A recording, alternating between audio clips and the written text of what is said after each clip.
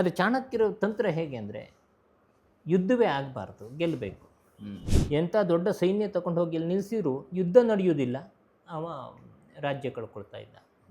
ಚಾಣಕ್ಯರ ಸಂಪೂರ್ಣ ಬೆಂಬಲದಿಂದ ಬಂದವ, ಅವ್ರ ಹತ್ರ ವಿದ್ಯೆ ಕಲ್ತವ, ಅವರ ಶಿಷ್ಯ, ಅವ್ರ ಮಾರ್ಗದರ್ಶನದಲ್ಲಿ ಬಂದವ, ದೊಡ್ಡ ಸಾಮ್ರಾಜ್ಯ ಕಟ್ಟಿದ.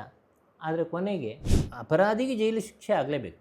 ಪತಂಜಲಿಯವರನ್ನು ನಾವು ಯೋಗಕ್ಕೆ ಸೀಮಿತ ಮಾಡ್ತೇವೆ, ಮಹಾಭಾಷ್ಯಕ್ಕೆ ಸೀಮಿತ ಮಾಡ್ತೇವೆ ಬಿಟ್ಟರೆ ಅವರು ರಾಜಕೀಯದಲ್ಲಿ ಇದ್ದ ವಿಷಯವನ್ನೇ ಯಾರು ಹೇಳುವುದಿಲ್ಲ.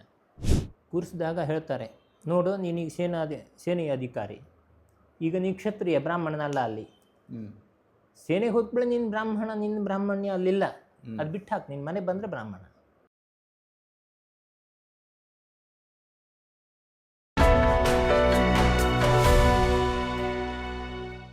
ನಮಸ್ಕಾರ. ಇತಿಹಾಸದ ಯಥಾರೂಪ ಸೀರೀಸ್ಗೆ ಎಲ್ರಿಗೂ ಕೂಡ ಸ್ವಾಗತ. ಇದು ಬಡಕಿಲ ಪ್ರದೀಪ್ ಯೂಟ್ಯೂಬ್ ಚಾನಲ್ನ ವಿಶೇಷ ಸರಣಿ. ನೀವೆಲ್ಲರೂ ಕೂಡ ಇಷ್ಟಪಡ್ತಿದ್ದೀರಾ ಅನ್ನೋದೇ ನಮಗೆ ಖುಷಿ. ಇನ್ನಷ್ಟು ಜನರಿಗೆ ಇದನ್ನು ಹಂಚಿ ಅಂತ ಹೇಳ್ತಾ, ಇವತ್ತು ನಾವು ಯಾವ ಮಾಹಿತಿಯನ್ನು ತಿಳ್ಕೊಳ್ತಾ ಇದ್ದೀವಿ ಸದ್ಯೋಜಾತ ಭಟ್ ಅವರಿಂದ ಅಂತ ಕೇಳೋದಕ್ಕೆ, ಅವ್ರನ್ನ ಕಾರ್ಯಕ್ರಮಕ್ಕೆ ಸ್ವಾಗತ ಮಾಡುವಂಥ ಸಮಯ. ಸ್ವಾಗತ. ಇವತ್ತು ಯಾವ ಸಂದೇಶ? ಇತ್ತೀಚೆಗಷ್ಟೇ ನಂದು ಔಷನಸ ಚಾಣಕ್ಯ ಬಿಡುಗಡೆ ಆಯಿತು. ನಿಮಗೆ ನಾನು ಅದನ್ನು ಮೊದಲು ಹೇಳಿದ್ದೆ, ಅದರ ಬಗ್ಗೆ, ಚಾಣಕ್ಯರ ಬಗ್ಗೆ ತುಂಬ ವಿಷಯ ಹೇಳಿದ್ದೆ.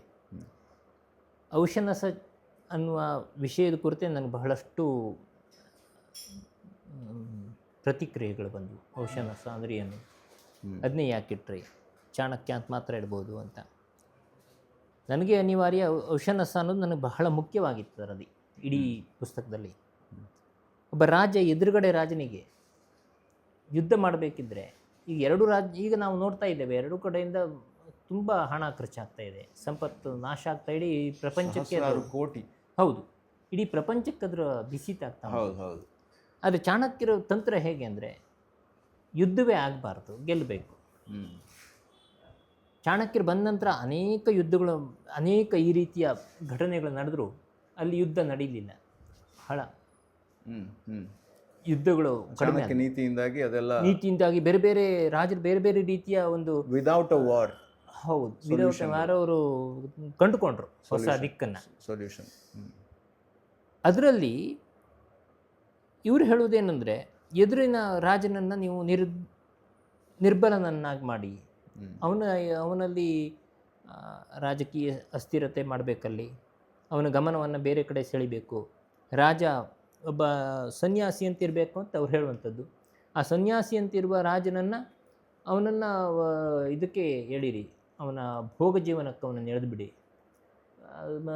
ಇಡೀ ಊರಿನ ಜನರನ್ನು, ಅಂದರೆ ಫೋಕಸ್ ತಪ್ಪಿಸೋದು. ಹೌದು, ಇಡೀ ಊರಿನ ಜನರು ಯಾವುದೇ ಕೆಲಸ ಮಾಡದೆ ಅವರು ಸೋಮಾರಿಗಳಾಗಲಿ, ಈಗ ಎಲ್ಲ ಬಿಟ್ಟು ಸಿಗ್ತಾ ಇದ್ದಿಲ್ಲ, ಅದೇ ರೀತಿ ಮಾಡಿ ಅಂತ ಅವರದ್ದು. ಆವಾಗ ಏನಾಗುತ್ತೆ ಅಂದರೆ ಜನ ಮುಖ್ಯವಾಹಿನಿಗೆ ಬರುವುದೇ ಇಲ್ಲ.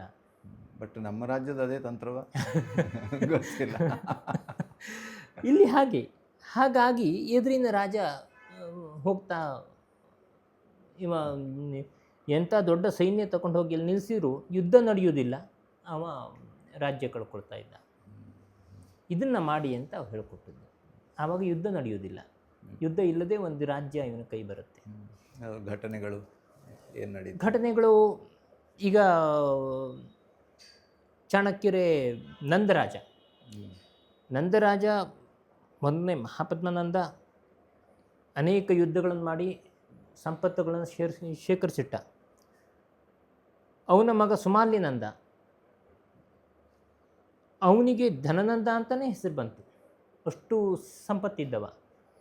ಆದರೆ ಅವನ ಗಮನವೆಲ್ಲ ಇದ್ದು ಇಂದ್ರಿಯ ಸುಖದ ಕಡೆ, ಭೋಗ ಜೀವನ. ಅವ ಇಡೀ ಹೊತ್ತು ಅದೇ ಮಾಡ್ದ. ಇದು ಅವನ ವೀಕ್ನೆಸ್ ಆಯಿತು. ಅವ ಸೋಲ್ತಾ ಬಂದಾಗ ಈ ವಿದೇಶಿ ಆಕ್ರಮಣಗಳು ನಡೀತಾ ಬಂತು. ಆವಾಗ ಈ ಚಾಣಕ್ಯರು ಚಂದ್ರಗುಪ್ತನನ್ನು ಮೇಲ್ತಂದರು. ಹೇಗೂ ಚಂದ್ರಗುಪ್ತನಿಗೆ ವಿರೋಧ ಆಗಿದ್ದ ನಂದನನ್ನು ಕೊಂದು ಚಂದ್ರಗುಪ್ತನನ್ನು ಕೂರಿಸಿದರು. ಆದರೆ ಇಲ್ಲಿ ಸಮಸ್ಯೆ ಇರುವುದೇನೆಂದರೆ, ಅಂತಹ ದೊಡ್ಡ ಒಬ್ಬ ರಾಜ ಚಂದ್ರಗುಪ್ತ ಮೌರ್ಯ ಚಾಣಕ್ಯರ ಸಂಪೂರ್ಣ ಬೆಂಬಲದಿಂದ ಬಂದವ, ಅವ್ರ ಹತ್ರ ವಿದ್ಯೆ ಕಲ್ತವ, ಅವರ ಶಿಷ್ಯ, ಅವ್ರ ಮಾರ್ಗದರ್ಶನದಲ್ಲಿ ಬಂದವ, ದೊಡ್ಡ ಸಾಮ್ರಾಜ್ಯ ಕಟ್ಟಿದ. ಆದರೆ ಕೊನೆಗೆ ಅದೇ ಮೌರ್ಯ ಸಾಮ್ರಾಜ್ಯದ ಕೊನೆಗೆ ಇವನು ಭೋಗಜೀವನ ಕೇಳಿದ, ಕೊನೆಯ ರಾಜ, ಮೌರ್ಯರ ಕೊನೆಯ ರಾಜ. ಭೋಗಜೀವನ ಕೇಳಿದಾಗ ಏನಾಯಿತು, ಮತ್ತು ಕೆಟ್ಟ ಪರಿಸ್ಥಿತಿ ಬಂತು ಭಾರತದಲ್ಲಿ. ಭಾರತ ಒಂದು ಕಡೆಯಿಂದ ವಿದೇಶಿ ಆಕ್ರಮಣಗಳು ಆರಂಭ ಆದವು. ಈ ರಾಜ, ಕೊನೆಯ ರಾಜ, ಮೌರ್ಯ ಕೊನೆಯ ರಾಜ, ಅವನಿಗೆ ಈ ಕಡೆಯಿಂದ ಬೌದ್ಧ ಬಿಕ್ಕುಗಳ ಪ್ರಭಾವ ಜಾಸ್ತಿ ಆಯಿತು. ಚಾಣಕ್ಯರ ತಂತ್ರ ಅವನ ಹತ್ರ ನಡೀಲಿಲ್ಲ. ಬೌದ್ಧ ಬಿಕ್ಕುಗಳು ಇಡೀ ಅವನ ವ್ಯವಸ್ಥೆಯಲ್ಲಿ 10 ಜನರಲ್ಲಿ 7 ಜನ ಬೌದ್ಧ ಬಿಕ್ಕುಗಳು ಇರ್ತಿದ್ರು. 7 ಜನರಲ್ಲಿ 5 ಜನ ಬೌದ್ಧ ಬಿಕ್ಕುಗಳು, ಉಳಿದ 2 ಬೌದ್ಧ ಮತಾವಲಂಬಿಗಳು, ಮತ್ತೆ ಉಳಿದ 3 ಜನ ಬ್ರಾಹ್ಮಣರು. ಅದರಲ್ಲಿ ಒಬ್ಬ ಪುರೋಹಿತ ಮತ್ತು ಉಳಿದವರು ಬ್ರಾಹ್ಮಣರು ಇದ್ದರು. ಸೇನೆಯ ಅಧಿಕಾರಿ ಬ್ರಾಹ್ಮಣನಾಗಿದ್ದ. ಇಡೀ ದೇಶ ನಾಶ ಆಗಲಿಕ್ಕೆ, ಅವನ ಆ ಆಡಳಿತ ನಾಶ ಆಗಲಿಕ್ಕೆ ಕಾರಣ ಈ ಬೌದ್ಧ ಬಿಕ್ಕುಗಳು. ಇವರೇನು ಮಾಡಿದ್ರು ಅಂದರೆ, ಯಾವುದೇ ಒಬ್ಬ ವ್ಯಕ್ತಿ ಒಬ್ಬ ಕಳ್ಳತನ ಮಾಡ್ದ, ದರೋಡೆ ಮಾಡ್ದ, ಕೊಲೆ ಮಾಡ್ದ, ಇವರಿಗೆ ಶಿಕ್ಷೆ ಅಂದರೆ ಆ ಕಾಲಕ್ಕೆ, ಈ ಕೊನೆಯ ಮೌರ್ಯರ ಕೊನೆಯ ದೊರೆಯ ಕಾಲಕ್ಕೆ 3 ತಿಂಗಳು ಚೈತ್ಯದಲ್ಲಿ ಉಳ್ಕೊಂಡು ಬರುವುದವ. ಅಂದರೆ ಅವರ ವಿಹಾರ ಚೈತ್ಯ ಎಲ್ಲ ಇರ್ತಿತ್ತಲ್ಲ, ಅಲ್ಲಿ ಹೋಗಿ 3 ತಿಂಗಳು ಇದ್ದು ಬರ್ತಾನೆ ಇವ ವಾಪಸ್. ಸೆರೆಮನೆಗೆ ಹಾಕ್ತಾ ಇರಲಿಲ್ಲ. ಶಿಕ್ಷೆ ಅವ ಬದಲಾಗಬೇಕಂತ ಮನಪರಿವರ್ತನೆ. ಇದು ಏನಾಯಿತು, ಅರಾಜಕತೆ ಉಂಟಾಯಿತು. ಅವ ಯಾರು 3 ತಿಂಗಳಲ್ಲಿ ಉಳ್ಕೊಂಡು ಊಟ ಮಾಡ್ಕೊಂಡು ಬಂದರೆ ಇಲ್ಲಿ ಯಾರು ಬದಲಾಗುವ ಪರಿಸ್ಥಿತಿ ಇಲ್ಲ. ಅಂದರೆ ಒಂದು ರೀತಿಯ ರಿಹ್ಯಾಬ್ ವ್ಯವಸ್ಥೆ. ಈ ಕಾಲ ಯಾಕೆ ವರ್ಕೌಟ್ ಆಗಿಲ್ಲ? ಯಾಕೆ ವರ್ಕೌಟ್ ಆಗಿಲ್ಲ ಅದು? ಯಾಕೆಂದ್ರೆ ಈಗ ಒಬ್ಬ ವ್ಯಕ್ತಿಯನ್ನು ತಗೊಂಡು ಹೋಗಿ ನೀವು ಒಂದು ಗುರುಕುಲದಲ್ಲಿ ಬಿಟ್ರಿ ಅಂತ ಇಟ್ಕೊಳ್ಳಿ, ಅಲ್ಲಿ ಕಲೀಲಿಕ್ಕೆ ಸಾಧ್ಯವ 3 ತಿಂಗಳೊಳಗೆ. ಒಂದು ಇನ್ನೊಂದಲ್ಲಿ 3 ಹೊತ್ತು ಊಟ ಸಿಕ್ಕುತ್ತೆ, ಅದು ನಿಮ್ಮ ತಿಂತ ಇರ್ತಾನೆ, ಬಿಟ್ಟರೆ ಅವನು ಮನ ಪರಿವರ್ತನೆ ಆಗ್ಲಿಕ್ಕೆ ಸಾಧ್ಯವೇ ಇಲ್ಲ ಅಷ್ಟು ಬೇಗಲ್ಲ. ಹಾಗೆ ಇವಾಗಿನ ಜೈಲು ವ್ಯವಸ್ಥೆ ಕೂಡ ಒಳ್ಳೇದು ಅಂತ, ಸರಿಯಾದ್ದು ಅಂತ ಹೇಳ್ತೀರಾ ನೀವು? ಹೌದು, ಅಪರಾಧಿಗೆ ಜೈಲು ಶಿಕ್ಷೆ ಆಗಲೇಬೇಕು, ಅದಕ್ಕೆ ಸರಿಯಾದ ಮಾರ್ಗ, ಕಠಿಣವಾದ. ಹೌದು, ಅದು ಚಾಣಕ್ಯರು ಹೇಳುವುದು ಅದನ್ನೇ. ಅವರು ಬೌದ್ಧರನ್ನು ವಿರೋಧ ಮಾಡಿದ್ರು, ಇವ ಬೌದ್ಧರನ್ನ ಅಪ್ಪುಕೊಂಡ, ಅಲ್ಲಿ ವ್ಯತ್ಯಾಸ ಆಗಿದ್ದು. ಅದೇ ಅವನತಿ ಕಾರಣ ಆಯಿತು ಅಂತ ಹೇಳಿ. ಅವನತಿ ಕಾರಣ ಆಯಿತು. ಅವನತಿ ಕಾರಣ ಇದ್ದು ಅಂತಂದರೆ ಅದೇ ಹೇಳಿದ್ನಲ್ಲ, 3 ತಿಂಗಳು ಹೋಗಿ ಇದು ಬಂದ ಅಂತ. ಆಗ ನಮ್ಮನ್ನು ಬಚಾವ್ ಮಾಡಿದ್ದು, ನಮ್ಮನ್ನು ಇಷ್ಟು ಸ್ಥಿತಿಗೆ ತಂದವರು, ಅವರ ಆ ಕೆಲಸವನ್ನು ನಾವು ಮರ್ತಿದ್ದೇವೆ. ಇವತ್ತು ಈ ರಾಜಕೀಯ ಸ್ಥಿತಿ ಈ ರೀತಿ ಮಾಡಿ ನಮ್ಮನ್ನು ನಿಲ್ಲಿಸಿದವರು, ಚಾಣಕ್ಯರ ತಂತ್ರಗಾರಿಕೆಯನ್ನು ಮತ್ತೆ ಮುಂದುವರಿಸಿದವರು ಪತಂಜಲಿಯವರನ್ನು ನಾವು ಯೋಗಕ್ಕೆ ಸೀಮಿತ ಮಾಡ್ತೇವೆ, ಮಹಾಭಾಷ್ಯಕ್ಕೆ ಸೀಮಿತ ಮಾಡ್ತೇವೆ, ಬಿಟ್ಟರೆ ಅವರು ರಾಜಕೀಯದಲ್ಲಿ ಇದ್ದ ವಿಷಯವನ್ನೇ ಯಾರು ಹೇಳುವುದಿಲ್ಲ. ಅದೇ ಕಾಲಕ್ಕೆ ನಾನು ಇಷ್ಟೊಂದೆಲ್ಲ ವಾಯ್ಸ್ ಓವರ್ಸು ಅಥವಾ ಆ್ಯಂಕರಿಂಗು ಮತ್ತು ಕೆಲವೊಂದರ ಆ್ಯಕ್ಟಿಂಗು ಮಾಡಿದ್ರು ಕೂಡ ಎಲ್ಲರೂ ಹೊಡೆದು ಬಿಗ್ ಬಾಸ್ ಪ್ರದೀಪ್ ಅಂತ ರೆಕಗ್ನೈಸ್ ಮಾಡಿದ ಹಾಗೆ, ಅವರೇ ಬೇರೆ ಎಷ್ಟೇ ಕೆಲಸ ಮಾಡಿದ್ರು ಕೂಡ ಇಲ್ಲಿ ಹೇಳೋದು ಪತಂಜಲಿ ಯೋಗ. ಹೌದು, ಎಲ್ಲಿ ನೋಡಿದ್ರೆ ನೀವು ಪತಂಜಲಿ ಯೋಗ, ಪತಂಜಲಿ ಔಷಧ ಸಿಗುವುದು ಬಿಟ್ಟರೆ ನಿಮಗೆ ಅವರು ರಾಜಕೀಯದಲ್ಲಿ ಅವರು ಅಷ್ಟು ದೊಡ್ಡ ಜನ ಅಂತ ಯಾರೂ ಹೇಳುವುದಿಲ್ಲ. ನನ್ನದೇ ಉದಾಹರಣೆ ನೆನಪಾಯ್ತು ನನಗೆ. ನೋಡಿ, ಪತಂಜಲಿ ಏನು ಮಾಡ್ತಾರೆ, ಪತಂಜಲಿ ಅವ್ರದ್ದು ಆಶ್ರಮ ಇದೆ. ಇದೇ ಈ ರಾಜನ ಕಾಲದಲ್ಲಿದ್ದಂತಹ ಸೇನಾಪತಿಯ ಮಗ ಪತಂಜಲಿಯವರ ಆಶ್ರಮದಲ್ಲಿ ಕಲಿತಾನೆ. ಪತಂಜಲಿಯವರು ಪ್ರತಿ ದಿವಸ ಅವ್ರಿಗೆ ಹೇಳ್ತಾರೆ, ಮುಂದೆ ನೀನು ಸೇನಾ ಅಧಿಕಾರಿಯಾಗುವ, ಜಾಗ್ರತೆಯಾಗಿರು, ಅಲ್ಲಿ ನೀನು ಬ್ರಾಹ್ಮಣ್ಯ ನಡೆಯುವುದಿಲ್ಲ ಅಂತಾರೆ ಅವರು. ನಿನ್ನ ಮನೆಯಲ್ಲಿ ನೀನು ಬ್ರಾಹ್ಮಣ, ಮನೆಯಿಂದ ಹೊರಗೋದ ಕೂಡ ನೀನು ಬ್ರಾಹ್ಮಣನಲ್ಲ ಅಂತಾನೆ ಅವ್ರು ಬೋಧನೆ ಮಾಡ್ತಾರೆ. ಹೀಗೆ ಬೋಧನೆ ಮಾಡ್ತಾ ಮಾಡ್ತಾ ಮಾಡ್ತಾ ಆ ಪುಷ್ಯಮಿತ್ರ ಶೃಂಗನನ್ನು ತಗೊಂಬಂದು ಕೂರಿಸ್ತಾರೆ ಈ ಮೌರ್ಯನ ಆಸ್ಥಾನಕ್ಕೆ. ಅವನ ತಂದೆ ತೀರ್ಕೊಂಡು ಕೂಡಲೇ ಅವನು ತಗೊಂಬಂದು ಕೂರಿಸ್ತಾರೆ. ಕೂರಿಸಿದಾಗ ಹೇಳ್ತಾರೆ, ನೋಡು, ನೀನೀಗ ಸೇನೆಯ ಅಧಿಕಾರಿ, ಈಗ ನೀನು ಕ್ಷತ್ರಿಯ, ಬ್ರಾಹ್ಮಣನಲ್ಲ. ಅಲ್ಲಿ ಸೇನೆಗೆ ಹೋದ್ಬಿಳೆ ನೀನು ನಿನ್ನ ಬ್ರಾಹ್ಮಣ್ಯ ಅಲ್ಲಿಲ್ಲ, ಅದು ಬಿಟ್ಟು ಹಾಕಿ, ನಿನ್ನ ಮನೆ ಬಂದರೆ ಬ್ರಾಹ್ಮಣ. ಅಲ್ಲಿ ನೀನು ಯಾವುದೇ ಜಾತಿಗೆ ಸೀಮಿತ ಅಲ್ಲ ನೀನು. ಹಾಗಾಗಿ ಮೊದಲು ಆ ರಾಜನನ್ನು ಕೊಲ್ಲು ಅಂತಾರೆ. ಪತಂಜಲಿಯವರು ಹೇಳಿ ಪತಂಜಲಿಯವರ ಆದರ್ಶದಂತೆ ಅವನು ಕೊಲ್ತಾನೆ. ಕೊಂದ ನಂತರ ಕ್ಷತ್ರಿಯ ಧರ್ಮವನ್ನು ಪಾಲಿಸ್ತಾನೆ. ಮುಂದೆ ಆ ಕೊಂದ ನಂತರ ಅವನೇ ಅಲ್ಲಿ ಕೂತ್ಕೊಳ್ತಾನೆ ರಾಜನಾಗಿ, ಪುಷ್ಯಮಿತ್ರ ಶೃಂಗ. ಕೂತ್ಕೊಂಡ ನಂತರ ಪತಂಜಲಿಯವರು ಹೇಳ್ತಾರೆ, ಈಗ ನೀನು ಈ ಬೌದ್ಧದ ಭಿಕ್ಷುಗಳನ್ನು ಕೊಲ್ಲಿಕ್ಕೆ ಹೋಗಬೇಡ, ನೀನು ಮಾಡಬೇಕಾದ್ದು ತಾತ್ವಿಕವಾಗಿ ಕೆಲಸ. ಹಾಗಾಗಿ ಅವ ಅಶ್ವಮೇಧವನ್ನು ಮಾಡ್ತಾನೆ. ಮೊದಲ ಅಶ್ವಮೇಧ ನಡೆದದ್ದು ಇದೇ ಕಾಲದಲ್ಲಿ. ಪತಂಜಲಿಯವರೇ ಇದಕ್ಕೆ ಅಧ್ವರ್ಯು. ಇದು ಪತಂಜಲಿಯವರ ಭಾಷ್ಯಗಳಲ್ಲೂ ಬರುತ್ತೆ, ಬೇರೆ ಬೇರೆ ಉಲ್ಲೇಖಗಳು ಸಿಗ್ತವೆ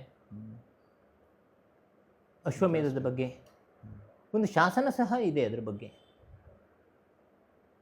ಹಾಗಾಗಿ ಬ್ರಹ್ಮಕ್ಷತ್ರಿಯ ವಂಶ ಮೊದಲು ಭಾರತದಲ್ಲಿ ಆಗಿದ್ದೇ ಅದು, ಒಬ್ಬ ಬ್ರಾಹ್ಮಣ ಕ್ಷತ್ರಿಯನಾಗಿ. ಆದರೆ ಅವ ಶುಂಗವಂಶ ಸ್ಥಾಪಕನಲ್ಲ. ಅವನ ಮಗ ಅಗ್ನಿಮಿತ್ರ ಅಂತ ಇದ್ದ. ಇವ ದೀರ್ಘಕಾಲ ಆಡಳಿತ ನಡೆಸ್ತಾನೆ. ಪುಷ್ಯಮಿತ್ರ ಶೃಂಗ 60 ವರ್ಷ ಆಡಳಿತ ನಡೆಸ್ತಾನೆ. ಬಹಳ ಪರಾಕ್ರಮಿ. ವಿದೇಶದ ಯಾವ ಶಕ್ತಿಯನ್ನು ಮೊಳಗ್ಬಿಡೋದಿಲ್ಲ. ಅವನ ಮಗ ಅಗ್ನಿಮಿತ್ರ, ಅವನಿಗೆ ರಾಜ್ಯ ಸಿಗುವುದಿಲ್ಲ. ನಾನು ಇಷ್ಟು ದೀರ್ಘ ಆಡಳಿತ ನಡೆಸ್ತಾ ಇದ್ದರೆ ಮಗನಿಗೆ ಆಡಳಿತ ಸಿಗುವುದಿಲ್ಲ ಅಂತ ಉಜ್ಜಯಿನಿಯನ್ನು ಅವನ ಮಗನಿಗೆ ಕೊಡ್ತಾನೆ ಆಡಳಿತಕ್ಕೆ. ನೀನು ಸಪ್ರೇಟ್, ನೀನೊಬ್ಬ ರಾಜ ಉಜ್ಜಯಿನಿಗೆ ಅಂತ. ಈ ಮಗ ಇನ್ನೂ ಪ್ರಖ್ಯಾತನಾಗ್ತಾನೆ. ಕಾಳಿದಾಸನ ಮಾಳವಿಕ ಅಗ್ನಿಮಿತ್ರದಲ್ಲಿ ಬರುವಂತಹ ಅಗ್ನಿಮಿತ್ರ ಅವ. ಅಲ್ಲಿ ಅವ್ರಿಗೆ ನಾಟಕಕ್ಕೆ ಬೇಕಾದಂಗೆ ಮಾಡ್ಕೊಂಡ್ರು. ಪ್ರೇಮ ಭರಿತ ನಾಟಕ ಅದು. ಆದರೆ ವಾಸ್ತವದಲ್ಲಿ ಅವ ಬಹಳ ಪರಾಕ್ರಮಿ. ಅವ ಯುದ್ಧ ಮಾಡ್ತಾನಲ್ಲ, ಅವ ಯುದ್ಧ ಮಾಡ್ತಾ ಮಾಡ್ತಾ ಬರ್ತಾನೆ. ಬಂದು ಈಗಿನ ಬುಂದೇಲ್ಖಂಡ್, ಅಂದರೆ ಈಗಿನ ಆಗ ಅದು ಗೋಪಕ್ಷೇತ್ರ ಅಂತಾರೆ, ಬುಂದೇಲ್ಖಂಡ್ ಅಂತ ಅದು ಊರು. ಈಗ ಗ್ವಾಲಿಯರ್. ಈ ಚಂಬಲ್ ನದಿಯ ಪಕ್ಕದಲ್ಲಿ ದೊಡ್ಡ ಯುದ್ಧ ನಡೆಯುತ್ತೆ. ಕ್ಷತ್ರಪರನ್ನ ಎಲ್ಲರನ್ನ ನಾಶ ಮಾಡ್ತಾನೆ. ದೊಡ್ಡ ಯುದ್ಧ ನಡೆಯುತ್ತೆ. ಯುದ್ಧದಲ್ಲಿ ಎಲ್ಲರೂ ಸೋಲ್ತಾರೆ.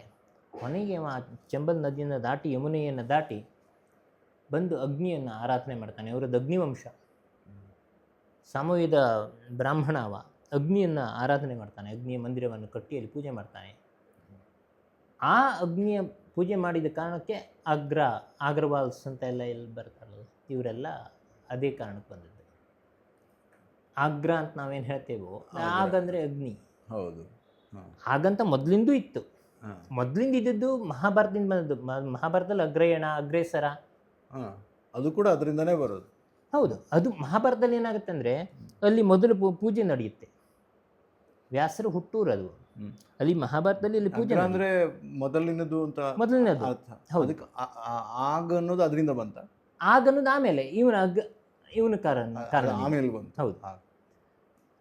ಅಗ್ರೇಯಕ ಅಂತ ಬರುತ್ತೆ, ಇತಿಹಾಸದಲ್ಲೂ ಬರುತ್ತೆ ಅಗ್ರೇಯಕ ಜನಪದ ಅಂತ. ಅಂದರೆ ಅದು ಆ ಮೊದಲ ಪೂಜೆ ನಡೆದಂತಹ ಸ್ಥಳ. ಮಹಾಭಾರತದ ಯುದ್ಧ, ಈ ಕುರುಕ್ಷೇತ್ರ ಯುದ್ಧ ನಡಿಬೇಕಿದ್ರೆ ಮೊದಲು ಅಲ್ಲಿಂದ ಸೇನೆ ಹೊರಡುತ್ತೆ. ಆ ಸೇನೆಗೆ ಪೂಜೆ ನಡೆದಿದ್ದು, ಮೊದಲ ಪೂಜೆ ನಡೆದಿದ್ದಲ್ಲಿ. ಹಾಗಾಗಿ ಅದು ಅಗ್ರ ಪೂಜೆ ಅಲ್ಲಿಂದ ಹೊರಡುತ್ತೆ ಆ ಸೇನೆ. ಅದು ಉಲ್ಲೇಖ ಬರುತ್ತೆ, ವನಪರ್ವದಲ್ಲಿ ಉಲ್ಲೇಖ ಬರುತ್ತೆ. ಆದರೆ ಇವ ಅಗ್ನಿಯನ್ನೇ ಪೂಜೆ ಮಾಡಿದ್ರಿಂದ ಅದು ಆ ಹೆಸರು ಬಂತದಕ್ಕೆ, ಆಗ್ರ ಅಂತ. ಆಗಂದರೆ ಅಗ್ನಿ. ಹಾಗಾಗಿ ಅಲ್ಲಿ ಒಟ್ಟು 5 ಮಂದಿರಗಳಿವೆ. 5 ಮಂದಿರದಲ್ಲಿ ಒಂದು ಅಗ್ನಿ ಮಂದಿರ. ಈಗ ನಮ್ಗೆ ಕಾಣಿಸ್ತಾ ಇಲ್ಲ. ಅದು ನಾಗನಾಥ ಅಂತ ಹೇಳ್ತಾರೆ, ಅದು ಕಾಣಿಸ್ತಾ ಇಲ್ಲ ಈಗ ನಮಗೆ. ಅದು ಈ ತಾಜ್ ಮಹಲ್ ಆಗಿದೆ ಈಗ. ಸರಿ, ನಾವೀಗ ನಮ್ಮ ಚಾಣಕ್ಯರ ಕಥೆಯಿಂದ ನಾವು ಪತಂಜಲಿಯ ಕಥೆಯಿಂದ ಆಗ್ರಕ್ವರೆಗೆ ಬಂದ್ವಿ. 3 ವಿಷಯಗಳನ್ನು ನಾವು ಬೇರೆ ಬೇರೆ ವಿಚಾರಗಳನ್ನು ಮಾತಾಡ್ತಾ ಹೋದ್ವಿ. ಆದರೆ ಈ ಮಾತಾಡ್ತಾ ನನಗೆ ತುಂಬ ಕುತೂಹಲ ಕಾಡಿದ್ದು ಏನು ಅಂತಂದರೆ, ಪತಂಜಲಿಯವರ ಬಗ್ಗೆ ನೀವು ಮಾತಾಡ್ತಾ ಹೇಗೆ ಅವರು ಒಬ್ಬ ಕೇವಲ ಯೋಗ ಮತ್ತು ಆಯುರ್ವೇದದ ಸುತ್ತ ಮಾತ್ರ ಅಲ್ಲ, ರಾಜಕೀಯದ ಇದರಲ್ಲೂ ಕೂಡ ಕೆಲಸ ಮಾಡಿದ್ದಾರೆ ಅನ್ನೋದು ನಮ್ಗೆ ಗೊತ್ತಿಲ್ಲ ಅನ್ನೋದು. ಈ ಪ್ರಶ್ನೆ ಹಾಗೆ ಉಳ್ಕೊಂಡಿದೆ. ಆ ಪ್ರಶ್ನೆಗೆ ಇನ್ನಷ್ಟು ಪುಷ್ಟಿಕರವಾಗಿರುವಂಥ, ಪುಷ್ಟಿ ಕೊಡುವಂಥ ಕೆಲವು ವಿಚಾರಗಳನ್ನು ನೀವು ಹಂಚೋದಾದರೆ ಅದನ್ನು ನಿಮ್ಮ ಹತ್ರ ಕೇಳಬೇಕಾಗಿದೆ. ಆದರೆ ಅದನ್ನು ಮುಂದಿನ ಸಂಚಿಕೆಯಲ್ಲಿ ಮಾಡೋಣ. Thank you so much. ಮುಂದಿನ ಸಂಚಿಕೆಯಲ್ಲಿ ಸಿಗೋಣ. ನಮಸ್ಕಾರ.